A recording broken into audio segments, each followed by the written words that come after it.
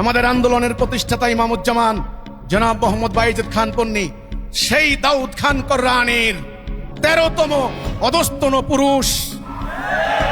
কাজেই ইতিহাস জানতে হবে। আমাদের আন্দোলনের প্রতিষ্ঠাতা কোনো অখ্যাত মানুষ নন।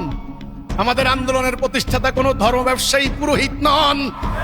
আমাদের আন্দোলনের প্রতিষ্ঠাতা কোনো রাজনৈতিক নেতা ছিলেন না।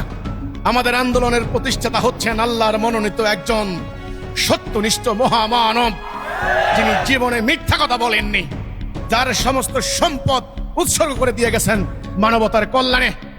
গত সরকার শত শত একর জমি একোয়ার করে নিয়েছেন, দখল করে নিয়েছেন সেই পন্নী পরিবারের।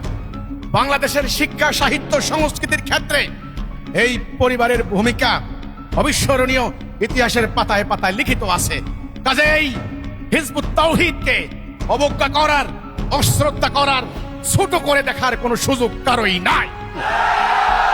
ওলাতেই আল্লাহ রাব্বুল আলামিন মজবুত করে দিয়েছেন আমাদেরকে। হিজবুত তাওহীদ, তোমরা আল্লাহ শুকর আদায় করিও। তোমরা যখন মানুষের সামনে কথা বলবে, বুক টান টান করে কথা বলবে, মাথা উঁচু করে কথা বলবে।